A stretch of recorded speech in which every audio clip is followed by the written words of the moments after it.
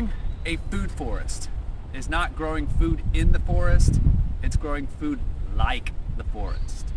So when we look at a healthy forest ecosystem, we see a lot going on. We see multiple layers, we see things intimately, symbiotically growing together. So we take that observation and we come out on our landscapes and we're like, okay, how do we use some of those patterns, some of those principles when we want to plant a fruit tree? So let's make it simple. Let's start by just making it a patch, a food forest patch. Say you want to plant your fruit tree, in this case a lovely little pawpaw. Instead of putting that pawpaw in a sea of grass with no companions, no symbiotic relationships, let's put companions with it.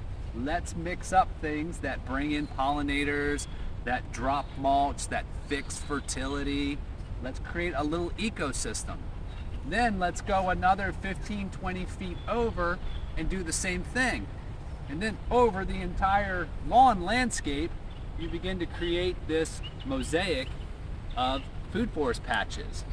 And then as time goes along, you can extend those out and it turns into this full network that one day all you have to do is go through with your wheelbarrow and harvest from. So you can start small, start simple with a food forest by thinking of just a patch. Okay, so how do you start a food forest patch? There's many ways. The way that I like to do it is to start right on top of whatever it is that you have, whether that's grass, weeds, whatever.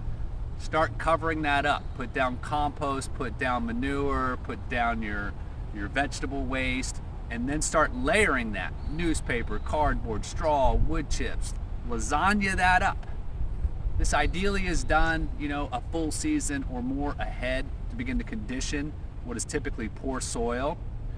But by layering this and putting all these layers in place at the beginning, you begin to draw in the fungi, you start to hold moisture, it acts like a sponge, and you begin to build that soil activity, the soil biota and fertility that feeds your plants.